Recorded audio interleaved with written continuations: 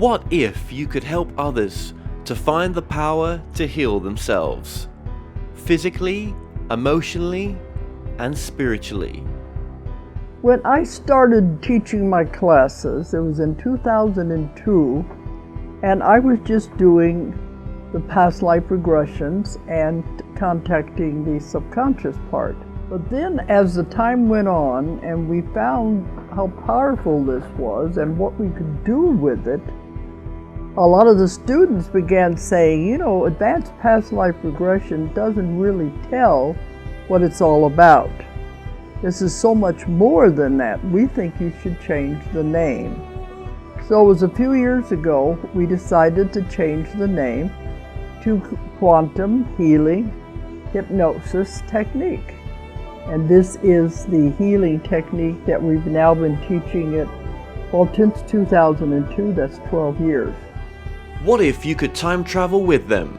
Visit mythical places or angelic realms, other worlds, other galaxies. Help others to speak to their higher selves. You can.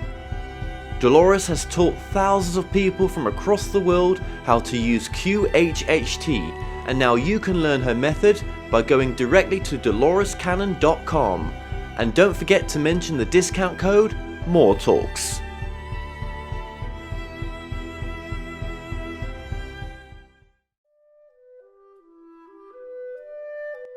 Established over 100 years ago, Watkins Books is one of the world's oldest and leading independent bookshops specializing in esoterica. We have the widest selection of esoteric books in the UK, and our friendly and knowledgeable staff are here to assist you in a unique ambience of our shop. So come and visit us in the heart of London as we're open every day.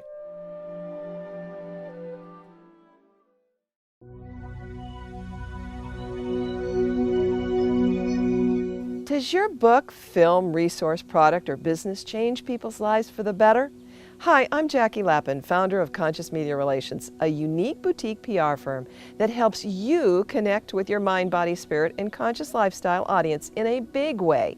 We reach 3,500 specialty media and all the key mainstream outlets in the United States. I invite you to explore our radio media tour that connects to 2,600 personal growth radio shows. There is just nothing else like it. Come check out our website and read our rave reviews.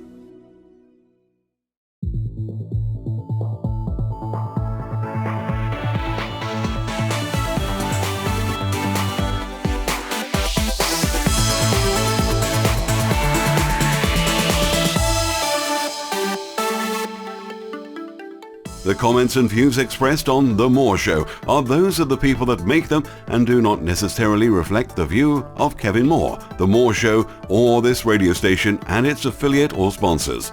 This show is for entertainment purposes only.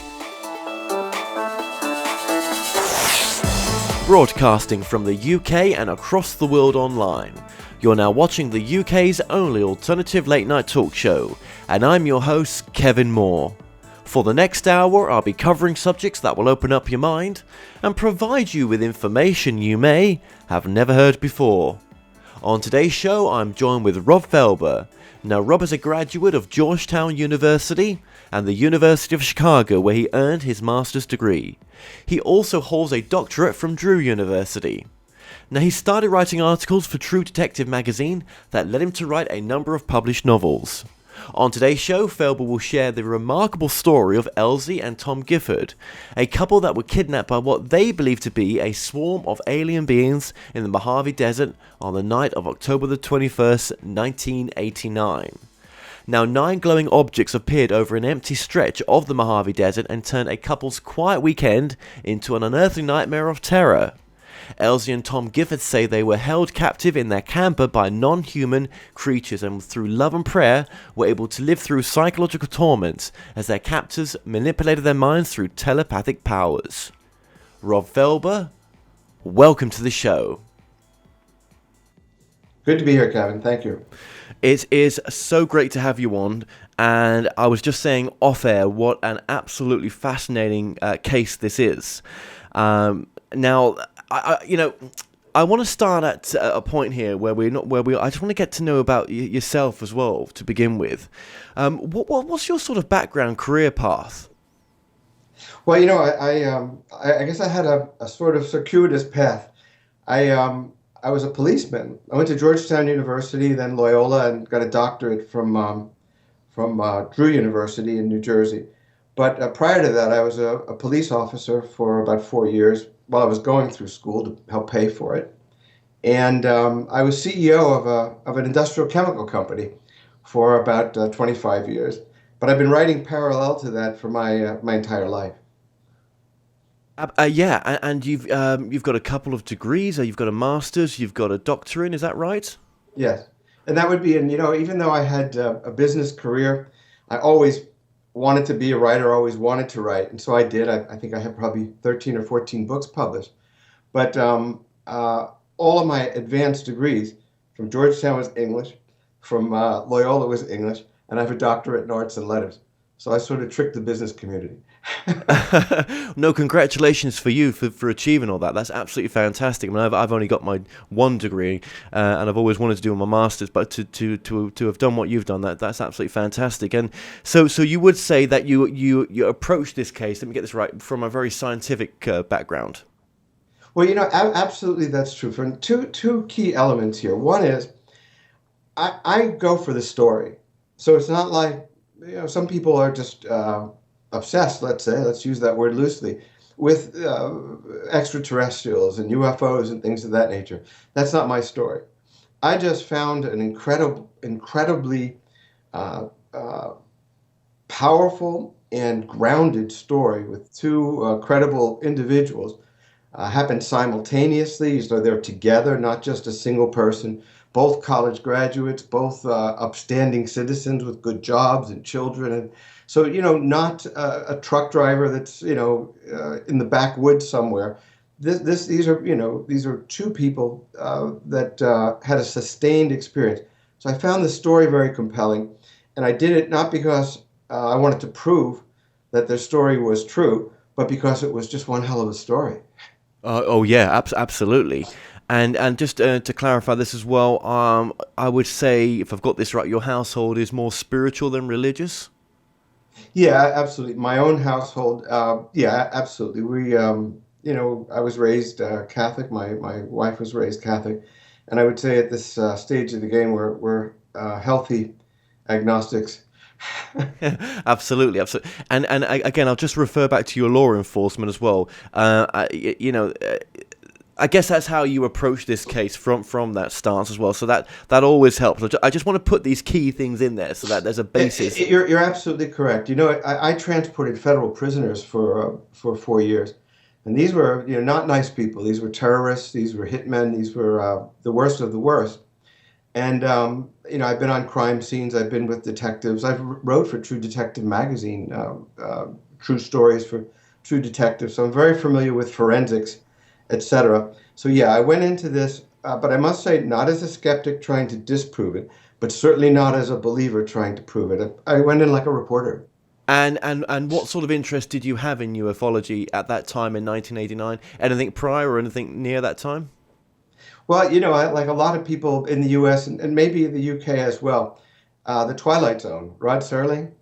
When I was growing up, of course, one of the reasons I wanted to be a writer were people like Ray Bradbury and Rod Serling, and of course H.G. Wells and so many others that wrote such great science fiction. So I always, like everybody, I guess, had an interest in what if kind of stories, futuristic stories. But really, that's where it ended. I looked at the UFO phenomenon and the alien abduction phenomenon as interesting, but no more than that. Right. Okay. Well, thank you for clearing that all up for us. And I mean, I know we're going to try. I'm going to try to do this case justice. And I know, in this time that we've got, that there's so much to this story. So I would highly recommend buying the book, which is on the screen now, because obviously, this covers the years of work that you put into this. Now, we're going to go back to 1989. Now, Right. was this the year later in 89, or was it 1990 when you were introduced to the case? I was introduced after it happened. It happened in October of '89, and I was introduced to the Giffords about 6, 9 months after that. And it was a mutual friend. I was running this company I spoke to about.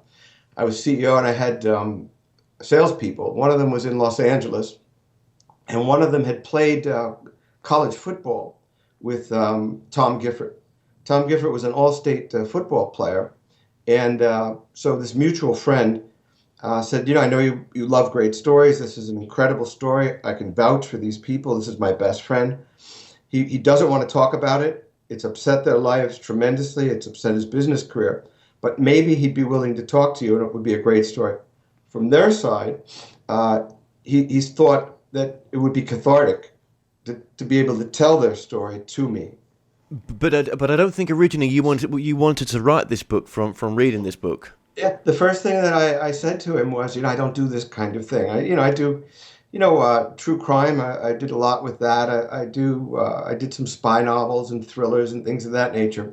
But UFOs always had that kind of, in quotes, UFOs, quote unquote. And I didn't want to go down a path. I just didn't want to go down that path. I was doing well with the fundamental things I was doing, and I didn't want to really get branded in that genre. Now, exactly. And looking at this case and what it's done for you, I mean, this case has, would you say, changed your life? Yeah, I would say that it's changed my outlook on life. And I would also say that, the book has been an unqualified success. It's really done very well. And almost surprisingly, I mean, the publisher was as amazed as I was to see the interest.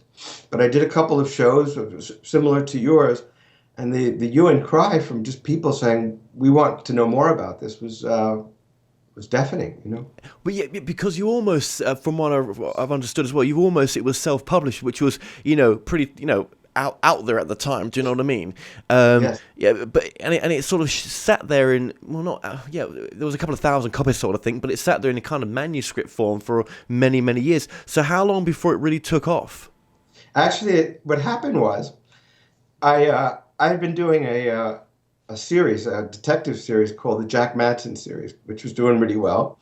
So I had a call from a radio station to do an interview, and I thought it was on Jack Madsen, my new book. And the woman said, no, I picked up a book of yours at a garage sale for $1. And it was published, 20 years ago or something. Would you do an interview on it? So I said, well, I'd rather do an interview on my new book. So reluctantly, just because I said, what the heck, I'll do it. So literally, I did the interview in my kitchen making a hamburger for myself for dinner while I was on the phone. And it was an hour interview with Betsy Lewis, who has a show out of Minnesota, I believe. And next thing I knew, 2 days later, the old book, which was called Searchers, and was virtually self-published, wound up selling for $400, $500 a copy on eBay. So all of a sudden, reviews start coming into Amazon for this old book. Say it's the most frightening UFO book ever written, and just very powerful reviews. So I went to my current publisher and I said, maybe we have something here. And so that's the story. That is absolutely incredible. Wow. That's what I'm going to say to that. That kind of length of time as well, to have that experience and for it to be sort of sat there just from one interview, and it makes that kind of difference. Okay. And in this time, are you still in contact with the original people, with the Griffins? Yes, as a matter of fact, I'm going to be talking to them tomorrow. As a matter of fact, yeah. Do they know of the success of the book? Oh yeah, of course. Yeah, they're very well. I keep them very well informed, and I think they're delighted. And I've got the names right here. Elise and Tom. That's not their original names. That's their pseudo names. It's Elise and Tom, and no, it's not their original names. Because frankly, when the original book came out, there was a lot of publicity. They had young children, and he had a career and whatnot. And basically, for privacy reasons, I put it out under a pseudonym this time. I got the names wrong there, so yeah, Elisa and Tom. Apologies for that. Okay, right, and oh yes, and the doctors at the time that helped in not just regressing these people through hypnosis, but also looking at body language and everything else to really decide what these people were they making it up, or was this genuine? Who were these people? Yes. Absolutely, and I mentioned that I did my undergraduate work at Georgetown University. Well, I had a person that I knew that became director of the National Center of Psychiatry in Washington D.C., and it's Dr. Bernard Vitone. And this is what Dr. Vitone had to say after examining them in great depth in terms of neuroses or drugs or these kinds of things. He looked at the entire story and said, "This is highly unusual, traumatizing events outside the realm of normal human experience." So that was Dr. Vitone. Then I took them to William Annixter, who works with the FBI in retrogressive hypnosis. And he is at the Mountain Psychiatric Center in North Carolina. And at the end, he said, "It's the most compelling case of its kind I've ever encountered." So I asked him, "So what do you make of this bottom line?" He said, "Look, I believe in Occam's razor," which Occam had the theory that the fewest suppositions, the theory with the fewest suppositions required is generally the correct one. And so they looked at drugs, and they excluded drugs as a possibility. They looked at a military exercise, excluded that as a possibility. They looked at neuroses. They looked at mass hysteria, the idea that they looked at all of those things. And at the end, he said, "Ron, where I am with this is what they say happened to them, happened to them. Period." Wow. Yes. Yeah. Yeah. How did you accept that at the time? Was that a big pill to swallow? Well, I mean, I was certainly leaning in that direction by the end. Once I saw them, it's one thing to see somebody or two people and interview them. So they're telling their story, and obviously they're emotional about it. Dr. Vitone said they suffered the symptoms of a POW, a prisoner of war, sexual dysfunction, neuroses, anxieties, psychological scars left from the event itself. So you see them when they're not hypnotized, and they're very normal. And so they tell their story like you would tell a story, or I would. But then when you see them hypnotized, and you see them sobbing, and when you see them screaming, and when you see the terror in their eyes, I mean, you're left with very little else to say, but my God, this is terrifying. Now, yes, absolutely. Now, I believe, did you videotape those regression Yes. sessions? Wow. Yes. So you've actually still got that footage. Yeah, I do, right. Wow. Okay. It's on some old tapes, but I do, yes, indeed. And I have the audio tapes. I have a lot of audio tapes, probably 20 hours of audio tapes from original interviews. That says a lot. Okay. And these are dating back to the early 90s. That's correct, yeah. Wow. Okay. Right. Okay. So, and just for our international audience, the Mojave Desert. Let's just where is that? Yeah, this would be in Arizona and California. So it's a huge expanse of desert. It's very remote. It's it's where Area 51. They talk about Area 51 in those those areas. It's completely desolate. This was the eastern Mojave, and it was in a place where Sema Dome is an area there. It's the largest natural sphere in the world. A tabletop mountain, the New York mountain range. So what you have, and they use it in a lot of movies and things, these kinds of images, but a very rough terrain, very rough desert, gulches, etc. And these mountains that just sprout up from nowhere. Very beautiful. Would you say it's beautiful? In a creepy way, it's beautiful. Okay. Now, from what I've researched as well, this obviously this land had It's got something called the Mojave twins and the cave drawings, in the sense that there's drawings of UFOs in the caves that those from tribes have left in from years back. Okay. And the Mojave twins, I believe it's something that you see only from the sky upwards. Just explain that to us. Well, that's correct. And the Mojave twins are ground drawings. And the interesting thing is that basically the Mojave twins replicate exactly what the Giffords described in terms of the aliens that visited them. Now, there were different types, but these were the illuminated figures, and that's what they looked like. It was astounding. Okay, now, oh yes, that's a point as well, just before we continue this, from reading the book, Tom's UFO experience as a young child. Yes. Now, a lot like others, it seems that that these experiences don't just happen helter-skelter, that there's a pattern. And with Tom, when he was 8 years old or so, he was fishing in that area, or in an area like it, remote and in the Mojave, and he was camping, and he was with another young child. They saw a UFO. It seemed to be coming towards them, dropping and coming towards them. They dropped their fishing poles and ran. It followed them, or so they thought. And they went back and told their parents about it, of course.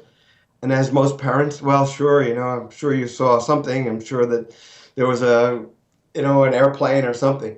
But it was just dropped. But of course, it stayed very deep in his mind because it was a terrifying experience, even though it wasn't acknowledged by his parents. And so when they first got to the Mojave, and they were roasting marshmallows, this was in the evening, they couldn't get camp space at Mid-Hills campsite, so they went on into the desert in the dusk.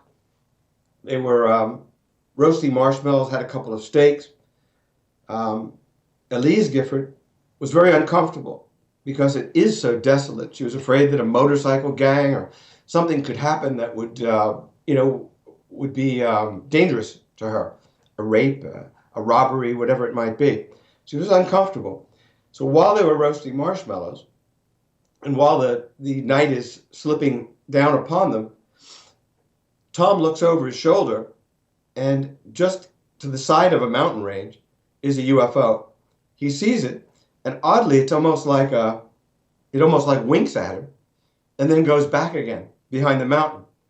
So it registers again in his mind, and he's thrown back to when he was 8 years old in that other experience. Doesn't tell his wife about it because she's already feeling uneasy. But there's a huge tension building up in him from then on. That is incredible. So let's and just to get his wife as well.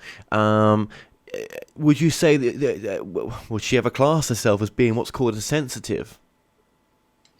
I would say that that like most women versus most men, generally speaking, I think women are better observers, and women are probably more attuned to signals, whatever they may be.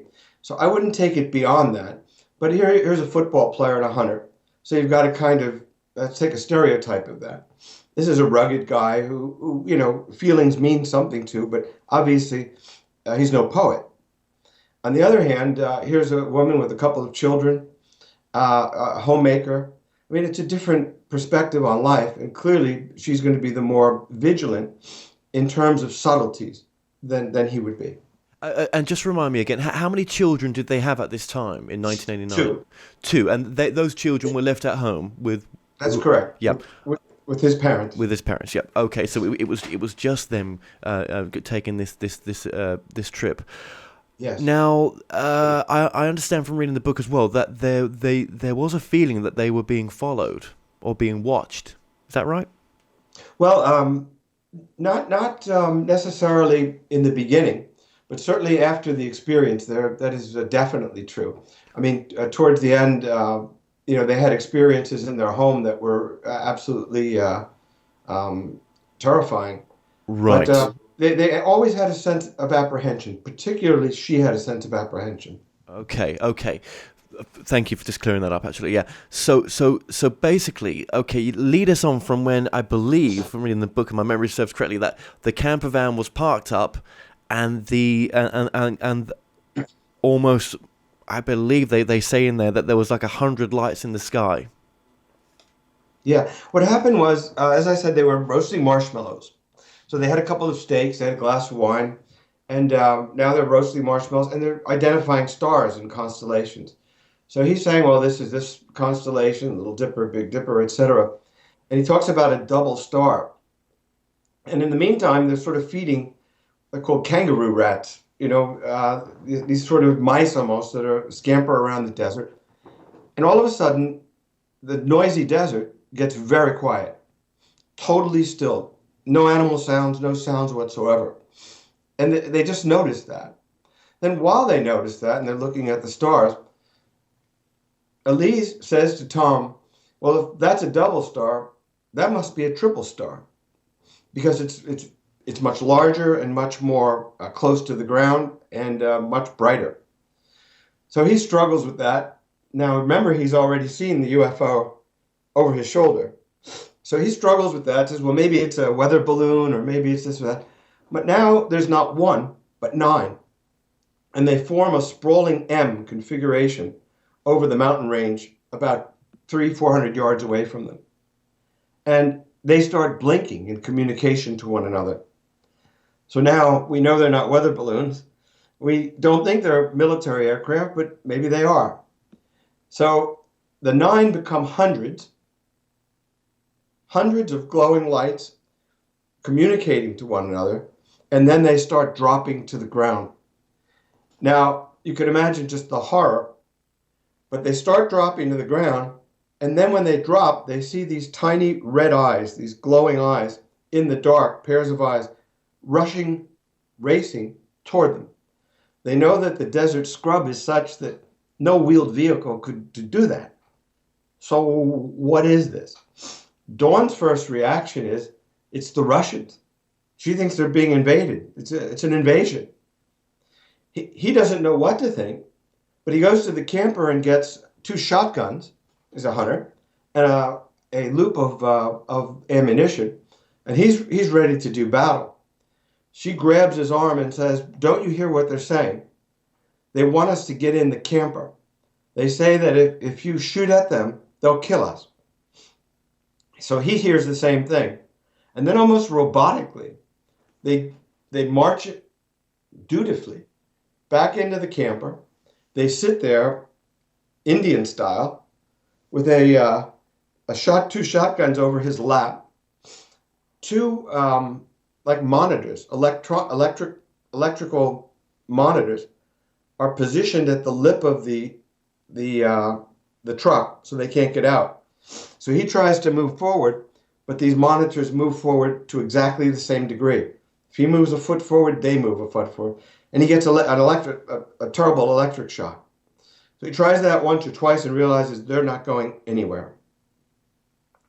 From there, it gets pretty crazy. Well, yeah, and I believe there was a massive, it's like a football pitch mothership as well. Now, did they see that after, or was that just a bit before? Now they see it. What happens is, maybe I can read a little section. Oh, please, yeah, please. Individuals. Thank you. Here's what Tom Gifford says. When we first saw them dropping from the sky, we thought it was some kind of military maneuver, maybe for Operation Desert Storm. But it was too massive even for that. I mean, there were thousands of them falling, then rushing towards us. So I kicked out the campfire, grabbed my gun, and ran into the back of the camper with Elise. Then we sat there Indian style waiting until they came. Thousands of them. Thousands of pairs of tiny red eyes glowing in the dark around us. So these, and they call them, and I hesitate to use the word because it sounds frivolous, but it isn't. They call them like dwarves. I mean, these are like miniature beings that with leathery faces, clearly malevolent. They're moving around frenetically around their camper. Then they look up and they see a UFO that they describe as the size of a football field, literally literally capping the entire valley. From that UFO, there are 6 smaller units that are hanging from it, and a sweeping probe about 200 yards in diameter that starts searching the desert basin, bringing things up and shooting things down. In the meantime, another sort of vehicle, they call it a searcher. It's a triangular-shaped vehicle with 3 lights, starts combing the desert basin, and they hear a drilling sound. They feel this vibration deep in the earth and smell a tremendous pungent odor of sulfur or phosphorus that's sickening, just heavy mineral odor. Burning rubber might be a way to describe it. And then around them they see 9 illuminated beings. They give descriptions that are incredibly clear, which I'll share with you. But these 9 illuminated beings are just staring into the camper. And these are sort of the clinicians, the scientists that are there to study them. Wow. Okay. Right.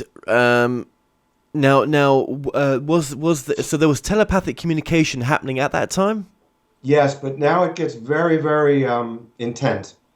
Now they are getting flashed images of their backgrounds and of their lives, so that basically Tom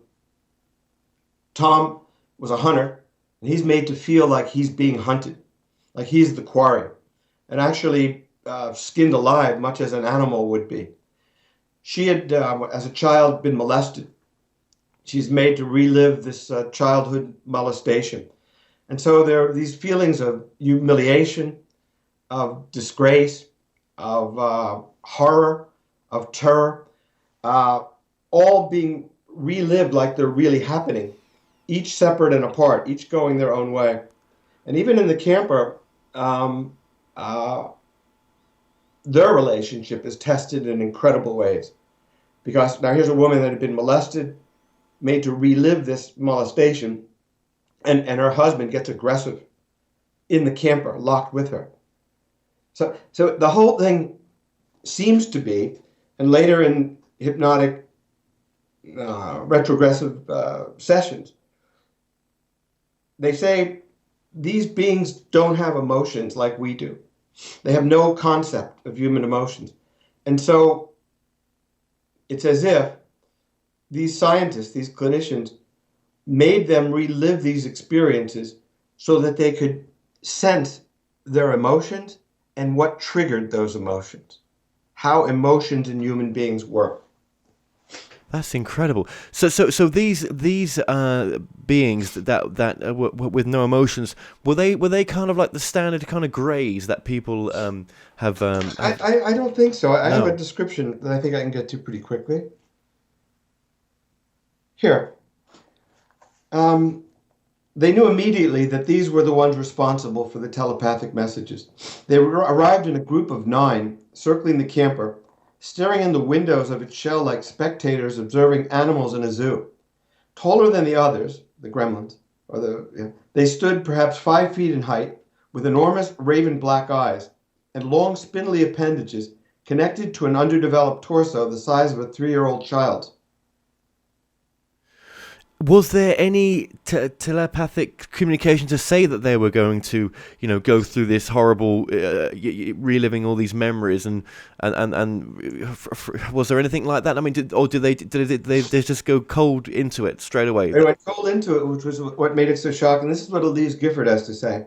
They wanted everything we had, everything, our minds, our bodies, even our souls. I think it was like they drew it out of us with a syringe, every molecule. And it was painful, and I thought we were going to die, or had already died, and we were being tortured in hell. Did Tom, after this happened, did he give up hunting? They became devout Mormons after this. She was a Mormon, not incredibly ardent, but a Mormon by birth and rearing. But they both became Mormons, moved to Salt Lake City. And I don't know if he hunts now. many, many years later. But at least during that time, he gave up hunting, yeah. And with Elisa, had she told her partner, Tom, about the molestation? Yes. So he knew about that, right? Yeah. He was being controlled. I mean, this was clearly scenarios that were being developed ad hoc to evoke emotions so that they could watch how this operated. Have they ever looked back all these years later, now as it is now, and do they? Because even Travis Walton, there's another guy that got abducted, the fire in the sky. Yeah, sure. He now looks back and says, "Well, actually, I see that experience from a spiritual perspective. That actually there was healing that took place in that moment." Can they go down the same road at all? Well, yeah, it's really interesting because there really are religious aspects to this. In this sense, you have these gremlins that are clearly the lower echelon of things. They're malevolent. They're not. They take joy. They get actually frenetically agitated at the more terror that's created in that camp. Then you have these scientists, these illuminated figures.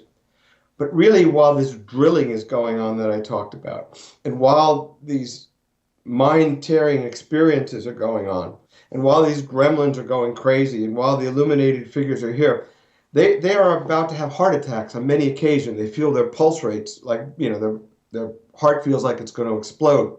When that happens, a mist comes into the camper that calms them, like an anesthetic. It calms them down. But at the end, when they feel like they're being drawn up into the craft, everything just being drawn up into the craft, they really feel like they're going to die of a heart attack. And an angelic presence comes. It swirls down. They say it's clearly feminine. It has sort of like swirling robes, though they're not robes. And this voice, a feminine voice, says, "It will be all right. This will be over soon."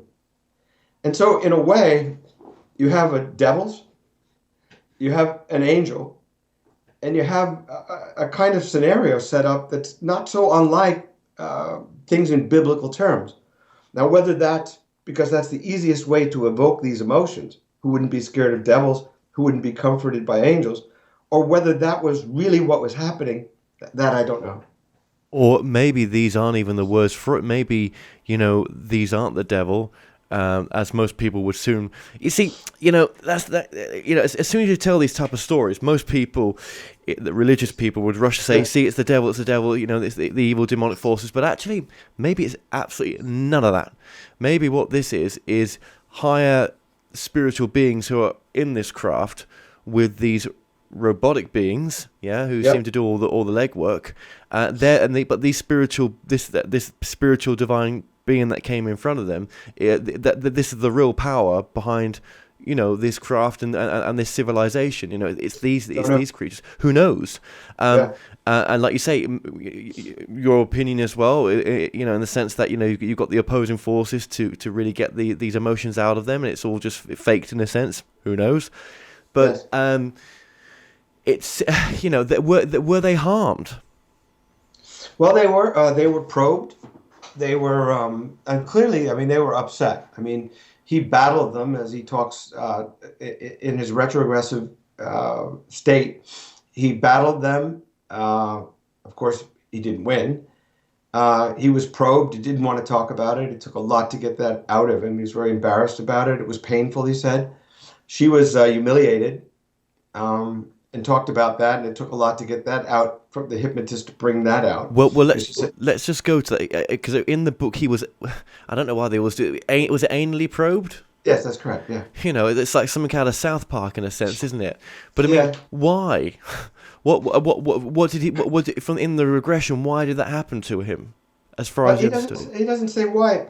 He just says that it happened. But I can tell you, he's literally sobbing when he talks about it. He's, it's obviously psychologically in every way, it's painful. And she talks about a probe going over her whole body too. And and actually an implant as well. So Yeah, in the book there's an implant, and there's also, she talks about, that she may have been impregnated yes, exactly. because she fell pregnant pretty much well soon after this event, didn't she? That's correct. Yeah, that's correct. And as a matter of fact, she talks about them being there when she got impregnated. It wasn't the right time in my cycle, she says, but I knew I was pregnant. And I looked up at Tom and I said, I'm pregnant. And he said, I know. Yeah. Why would some advanced civilization come all this way to do this, and unless we were very, very important to them? I agree with that. But there's also the other possibility that this was a mining operation and a kind of coincidence. That they were there to collect minerals, and these two people just happened upon them. I don't know, but I mean that's clearly another explanation. A mining operation with an angelic being on board. Yeah, well, maybe that's just who was on board. I don't know. Yeah. But yeah. So whether it was a meeting of coincidences, a confluence of coincidence, or if this was very premeditated, I don't know. From the hypnotic sessions, you would think it was premeditated. Well, as from 1989 to 2016, and I guess you've been on the circuit, maybe, I don't know, a little bit. Well, there's a lot of new thought now that actually they're here to help, and it's not negative as we think it is. That's just our perception of it. And actually, they've maybe even seeded us. They're connected from past lives. They have all that connection as well. I'm just putting that out there. Let me. Maybe I could read from the transcripts and Please. Hear directly from them. And they talk about the One Supreme. They talk about these beings being sent by the One Supreme, which I think is fascinating from a spiritual point of view. Right, but just before we go, that's so interesting, right? What you're about to read. Just before, so we can understand how the story ended in a sense. They felt that everything was, from what I've read in the book, everything was lifting up. Once the angelic being had been, and then there's missing time. Then they don't remember anything after that, in a sense. That's correct, and they wake up the next morning. They think the world has ended, and their campfire is out. The campfire that was blazing is now out, dead ashes, and they're out of the camper, sprawled on the ground. Okay, wow. Let's go to what you were going to say, because that's really interesting what you was about to say. So, yeah, go ahead. All right, here's Annixter, Dr. Annixter with Elise. Elise, do you have any idea what these beings want or why they're here? They want to make contact with the population. Tom and I are specimens, imperfect like the human race. When we're ready to communicate with them face to face, then possibly the world will be too. They have to study our reactions so they know how to approach us. They don't have emotions like ours, so they need us to teach them. They need to understand humans. Do you have a sense as to who they are and where they come from? There are 5 galaxies. Theirs is the next closest. In order for all 5 galaxies to work together one day, they have to start, and they're starting with us, so we'll be united galaxies. What else do you know? Dr. Annixter asked. I know where the universe ends. Is that something you can put into words? Our universe ends where theirs begins. Our universe ends when all its matter stops mattering to us and starts mattering to them. Everyone in the room looked to one another, stunned at what they just heard. For now, sitting on the edge of the out-of-date cushioned armchair, sat Elise Gifford, her body rigid and vibrating with newfound energy. Wow. When their universe matters to us, that's all. I don't know. I'm just putting this out there. That's almost like they're interdimensional. I agree. I found, first of all, she said this like no thoughts, no ums, no ahs. So this just came out. And so it was like someone else was talking, I have to say. And I found the wordplay like incredible. If you examine that statement and see in 3 sentences how much wordplay there is, how clever the wordplay is, I found it astounding. Well, yeah. The way you read that it's like you're telling me from a perspective of a different person. That's not her. That's right. Exactly. Wow. That must have been such a shock when she started coming out with this. Did it feel like you could almost? I mean, this sounds crazy to say this, but did it feel like you could almost talk to them in real time through her? Yes. Yes. It was almost like channeling. This was not. Yeah. This was not amazing. This was not the woman. That the language was nothing like the woman. The cadence was nothing like the woman. And the thought process was nothing like the woman. Now, if this was now, if she was willing to go through regression again, I bet your questioning would come from a different space this time. Yeah, I think it probably would. I think it would. Because a lot has happened since then. Right. My own view is that since the late 50s, when there was a gray fuzzy disc someone photographed over the Himalayas, to Betty and Barney, was it Smith? Betty and Barney Smith from Massachusetts, who were the first abductees and had missing time, to now with the Phoenix Lights and just broad base where 10,000 people watch a UFO, where the governor watches a UFO, the two presidents have watched a UFO, where abductions, there's probably millions of people that claim to have had. It's really moving towards a much closer to a broad-based contact. Would do you think she would ever go back under regression if that was something that you could agree to do?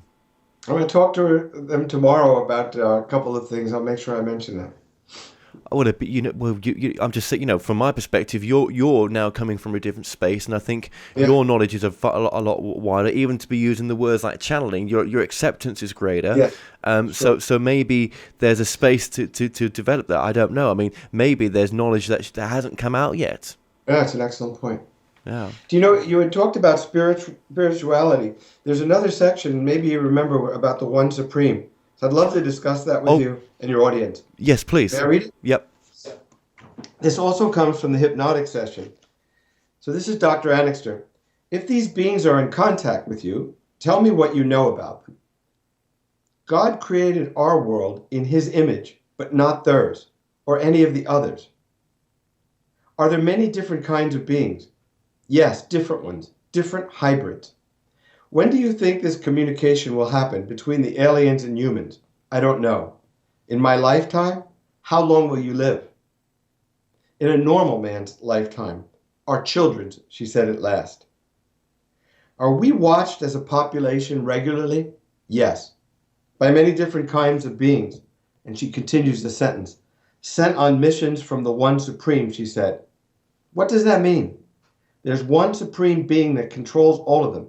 He sends missions here. They're not here of their own accord.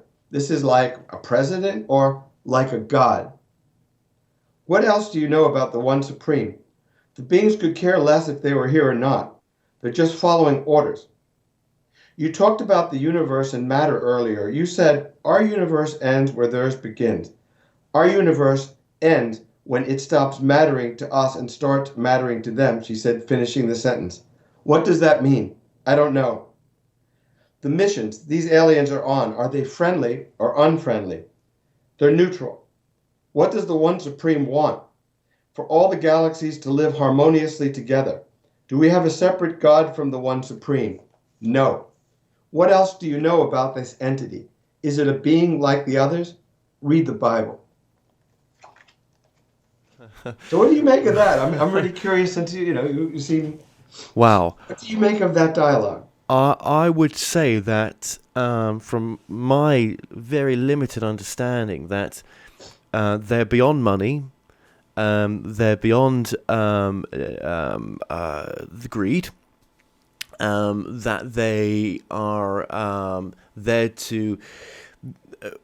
that they possibly these many multiple hybridizations are there because, well, who knows, maybe, unless it's been the body's been altered, we can't travel in space with the radiation and everything, so maybe these are containers for souls, but they're not like me and you in a sense. Who knows? That says to me that the one supreme being, if it's working for the source, let's call it God. It's just a word, but this idea that this energy that we all are. I mean, we're from my understanding, the soul is an energy that has been here before. That came into a body to have experience, and that will leave it to go back home and have probably other experiences. That it's the soul has always been. So maybe that soul that I speak of is from this energy called God. Maybe we are God in a sense, and these higher race beings that are not on the periphery, as she was talking of, are working on behalf of expanding consciousness. And I don't know whether that makes sense what I'm saying. I'm just trying to get. Isn't it puzzling? But one thing, puzzling or not, it's real. And if you say it's real, which I believe, and I think maybe you do, if you say it's real, these are like pieces in a very, very interesting puzzle. Well, more than interesting, it's almost lost knowledge. It's almost lost knowledge you're bringing forth there. Yeah. It's knowledge from a much higher dimension. Well, there's something very special about this case, isn't there? I think so. I think so from a number of points of view. One is the duration, that it happened over an extended period of time. One, that it's conscious and unconscious. The other, that it's more than one person. Because if you say this or I say this, okay.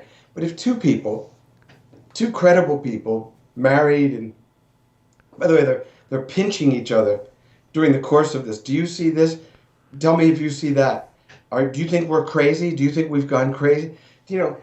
This is real. And the fact that psychiatrists have seen them, the fact that they've been retrogressed, I mean, you're left a little like Dr. Annixter, where, I look at the idea of drugs. Well, if they were drugged, they wouldn't have the same experiences. If you took LSD and I took LSD, you'd have your set of experiences, I've had mine, but they wouldn't be exactly the same simultaneous. So you can eliminate that. Military exercise. Well, I don't think the U.S. government is bringing people onto spacecrafts that are a mile, And I've got to say, I'm just hesitant to use the word that this was a completely negative demonic experience because of the love aspect that's being told through her, through aggression. I mean, that's not...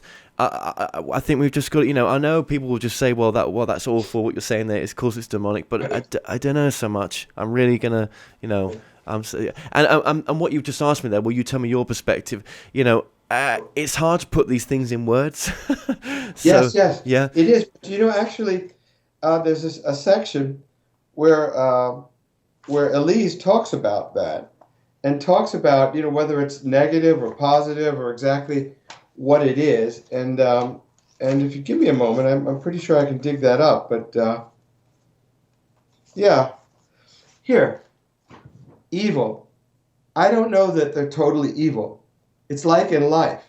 There are some who are evil, but then there are others who are special, totally good. And it's those I try to think about, especially when things get difficult, because I believe it's those that will bring us peace. Peace, and couldn't our world do with peace right now? Do we not always do things the hardest way? Do we not see each other as connected? If we could see that we were all one, the world would change overnight. That what you do to another, you do to yourself, and that's kind of some of the perspective of this of that those deep words, those deep few words that were said a moment ago from her transcript. Just as well, going back to the family's events in the sort of 90s. Now this child was born in the end, and there was if I've read this right, there was a situation in the book where the presence of the ETs came back from. I'm shooting forward here. Their life was turned upside down. The parents were, mum had got heavily into ufology. Dad had, regressed a bit, and had not been himself at all. They sensed they were back. There was a time, an experience when that was it. I think it was this child that was. They walked into the room and he was spinning around or something in the room. Yeah. Here I have that little section. I'll pull it. A scream rang out from the children's room. Now this was, I think, about 6 weeks after the event. So a scream rang out from the children's room where Tom Jr. and Zoe were sleeping. Elise was the first to enter. She flicked on the light instinctively. Since the inception of their trip to the Mojave, she'd lived with the morbid fear that something horrible was about to happen to Thomas. Now she stopped at the entrance to the room with her husband, watching in awe and horror as their child stood sound asleep in the center of the room, spinning like a top. "You sons of bitches," Elise wailed, running to him, then scooped him up in her arms. "You think you can do anything you want, but you can't. Don't you dare touch our children. Leave my child alone." Already Tom was beside her. "It's okay, it's all right now," he said, as he guided them back toward the bed. Tom Jr. cradled her in his arms and was now only beginning to awaken. "Mommy, what's wrong?" "Nothing, dearest, nothing. Everything's going to be fine," she soothed, laying him back in his bed, her heart still hammering.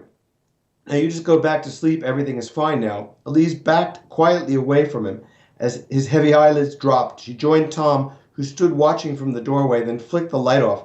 But the moment she did, the boy leapt up suddenly in bed. "Don't turn off the light." "Wait, why?" she asked, stunned. "Because when you do, the little monsters come." She sighed. "Thomas, there are no little monsters." "But there are, Mommy. There are," he insisted. "They're short and ugly, and they have red eyes." Those same red eyes as that came towards them in the desert. Wow. Yes. Oh my gosh. Sticking with the children for a minute here. The child that was born just after this experience, did he have more? Was he different to the rest of the children? That's something I really have to say. Maybe that's something that we'll discuss tomorrow. I'm having a lengthy call with them tomorrow. But I have to say they wanted to leave the children out of it as much as possible, out of the story. It was their decision to come forward, so they said, "This is our story." But they didn't really want it to have lingering effects on the children. And yeah. Well, absolutely. And it's a great question. Yeah. It's a valid question. And did he have more psychic abilities? Was he more intuitive? Is there something different about him? Is he doing things, or maybe doing things that can make a difference on this planet? Have they brought forth a child, as they do seem to do with these programs, that are there to help the world? A star child. Yeah, I'd be surprised if that wasn't the case, because these things kind of have genealogies. They kind of have a genetic transference. And Steve, with his early life experience, is an example of that. These things seem to track over generations. Yeah, that's right. And other people, like Dr. David Jekyll interviews, that they stick with family groups. If you've been abducted, there's a good chance someone else in the family will or has been abducted. I've heard this before, actually. Very, very interesting. Very interesting. But then again, are they on a mission here to come here to help us spiritually grow, to evolve to a point where contact can be made? Maybe contact will never be made with the level that we're at right now. Maybe we've still got a lot of growing to do. Maybe, as some people have said, this planet Earth is pretty much like a nursery school in the way that we act towards each other, and the way that where our evolution, where our evolvement is right now. We're just at a low level state. We think we're advanced technology wise, but actually spiritually, we're quite we're still waking up. I think that I'd be surprised if there wasn't a major contact. I think to say in our children's lifetime is accurate. Well, if it happens, it will be the most life-changing thing in the world. But then again, would there be a big part of the population who would be addicted to looking at them as gods? Rather than seeing, or would come from a negative, fearful perspective. And, any enlightened beings, spiritually enlightened, I'm talking about, not just technology, yes. Why would they want to cause that harm on others? They probably wouldn't. But maybe that's why this is a process, a multi-generational process, because those kinds of things have to be leveled out. Maybe... an event like that also happens for multiple reasons, but one of them is for discussions like this to happen, which wouldn't happen if that event never happened. That's absolutely right. There's multiple ways of looking at this, and she still feels that there's an implant in her as well. Yes, that's correct. Wow. So she could still because I think in the regression she's tracked. Is that what she said? They feel like they're being watched constantly. That's doesn't go away. Wow. Okay. Well, how could we sum up this? Because obviously we're getting near the end here, and I know we've kind of only scratched the surface of this, and it's all in the book. But what would you like to summarize in a sort of message that you might want to give to the audience?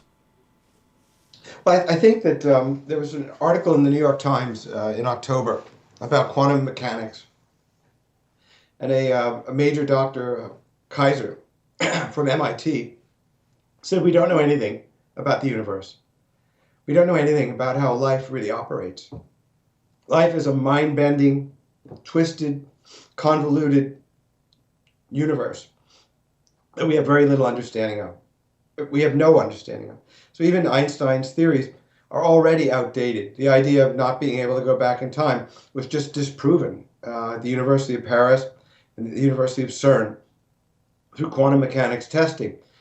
So if you can traverse time forward and backward, who's to say these beings aren't us? So there are many, many ways to look at it, but I guess I would say that we have a very limited perspective. Maybe you could fit what we know about the universe on the tip of a pinhead. That's what I really think. I think it's vast, I think it's complex, and probably yet amazingly simple. But we have no comprehension of anything. So to talk about what's possible or not possible strikes me as kind of ridiculous. Anything is possible. Well, Ron Felber, I just want to say what an interesting interview this has been. I know we had some technical difficulties at the front of this, so I really appreciate you bearing with us. But what an amazing interview this has been, and I so appreciate you giving us your time. And I know you're a bit under the weather right now, but this is such an amazing story, and I will get you back on in the future. But just thank you so much for sharing this with us. Thank you, and I'd love to come back on. And I really enjoyed it. It was a great interview. You do a good job. Well, we've come to an end on tonight's show. Don't forget that you can listen and watch all our past interviews on the More Show's official YouTube channel. Remember to subscribe to our YouTube channel for new daily shows. You may also find out more on all past and upcoming guests on the show via themoreshow.co.uk, and do like us on Facebook and Twitter for the latest updates. So until next time, be safe.